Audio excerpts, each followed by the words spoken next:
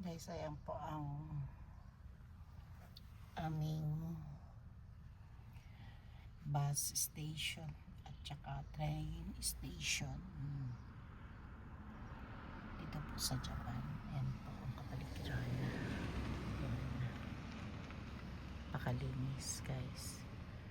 Ito naman po ang kuhaan ng schedule kung gusto nyo pumunta ng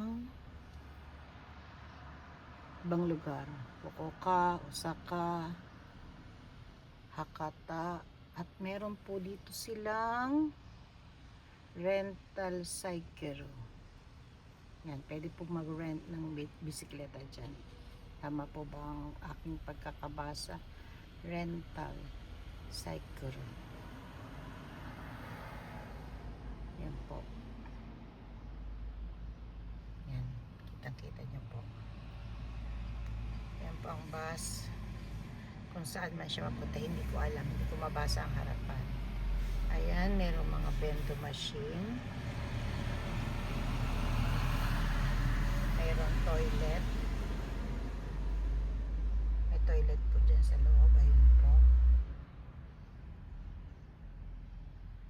At paradahan po ng mga taxi. Bawal po ang parking dyan ng mga private car. Para lang po yan sa bus lane at saka taxi lane.